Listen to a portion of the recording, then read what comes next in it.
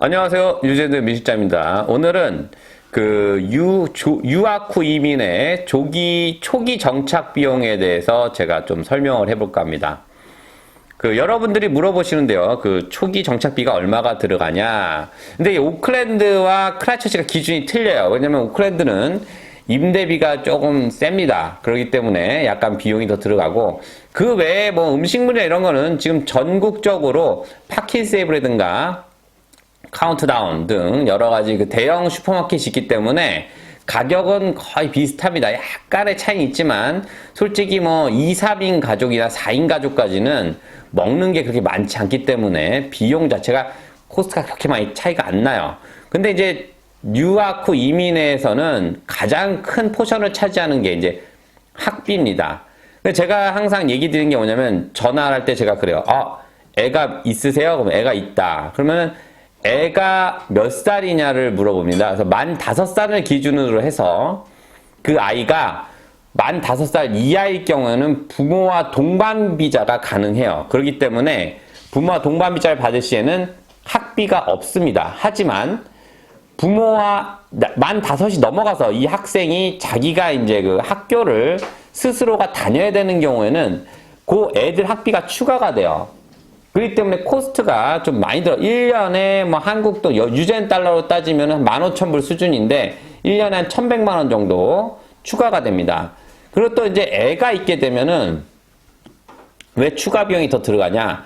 부부 둘만 있으면 여기 플랫이라는 그런 시스템이 있어요. 그러니까 방만, 우리나라 자취 같은 하숙이라 그래야 되나? 그런 시스템이 있는데, 커플까지는 많이 이용을 하지만 애가 있을 때는 이용이 거의 불가합니다. 왜냐면 주인들이 그걸 좋아하지 않아요. 그리고 아기가 있으면 물도 많이 쓰고 그렇기 때문에 전기세를 따로 이렇게 그리고 약간 미미한 아주 말할 수 없는 그런 약간 좀 짜증나는 그런 부분들이 있어요. 그렇기 때문에 따로 또 렌트를 해야 돼요. 정리를 이제 해드릴게요. 자, 혼자서 온다. 이건 뭐 제일 적은 코스트고, 부부가 왔을 경우에는 학비에 따라서 와이프가 동반비자가 가능하기 때문에 잔고증명이 1년에 15,000불, 둘이 3만 불에서 학비까지 포함해서 한 5만 불 정도 들어가는데, 그 정도면 1년을 충분히 삽니다. 그리고 또 요즘은 학생비자를 받을 시에는 주에 20시간 일할 수 있어요. 그렇기 때문에 2명이 올 경우에는 1년에 맥스 5만 불, 한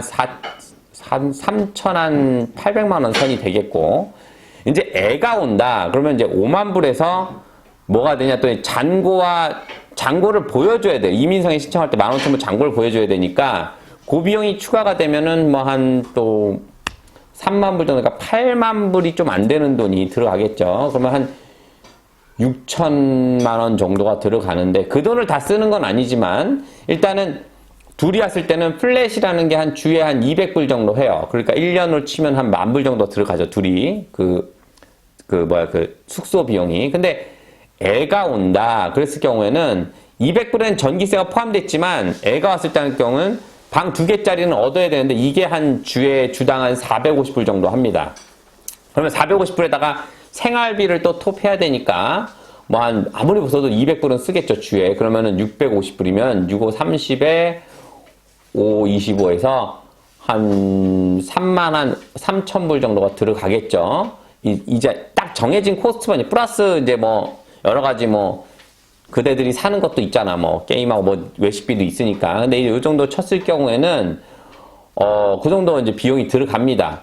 그러면은, 애가 입구에 따라서 애가 그냥 있느냐, 그러니까 애에 따라서, 애 나이에 따라서 애가 학교를 안 다니느냐 없느냐에 따라서 비용이 굉장히 많이 차네요. 제가 마지막에 제가 정리해서 그거 제가 뒤에 붙여놓을게요. 여기 붙여놓을 텐데 보시고, 하여튼 유학은 아이들이 있느냐 없느냐에 따라서 비용이 많이 좌우가 되고, 싱글이냐 커플이냐에 따라서 많이 좌우가 됩니다. 왜냐면 리빙 코스트 때문에도 그렇고, 이민성에 보여줘야 되는 잔고증명, 그러니까 돈을 내는 게 아니고 내가 이 정도 돈을 갖고 있고 내가 1년 동안 살아가는데 문제가 없다는 비용이 바로 1년에 15,000불, 이민성에서 정해준 금액입니다.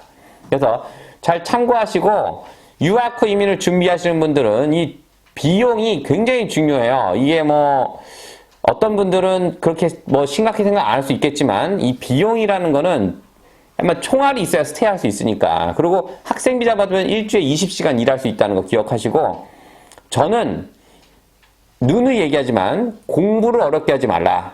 주에 20시간 이어서 일을 많이 해라고 권합니다. 왜냐? 그게 바로 뉴질랜드에서 빨리 적응하는 그런 방법이에요. 예. 그리고 좀 돈이 있는 거는 뭐 개인의 차이지만 있고 없고를 떠나서 저는 무조건 일을 하라고 저는 권합니다. 왜냐? 일을 해야 이 사회에 빨리 적응할 수 있고 바닥을 알아야 올라갈 수 있습니다. 예. 누구나 어떤 사람이든 처음부터 나타나서 매니저 되는 사람 없어요.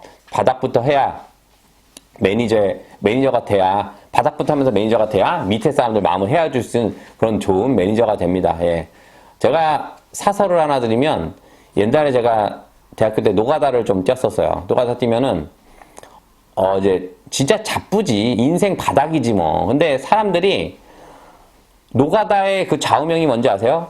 하루 일을 이틀로 미뤄라. 이게 바로 노가다의 좌우명입니다. 근데 노가다 뛰다가 하다가 이제 사람 감독관만 없으면 맨날 늘어져 자는 거야. 막 놀고 막 그래. 그런데 그 소장이라는 사람이 와가지고 그냥 보고 가는 거랑 이 사람들한테 참 바닥이지만 아유 뭐 힘드시죠. 손 한번 잡아주고 막걸리에도 한 잔 따라주는 거랑은요. 이 사람들 자세가 천지 차이야.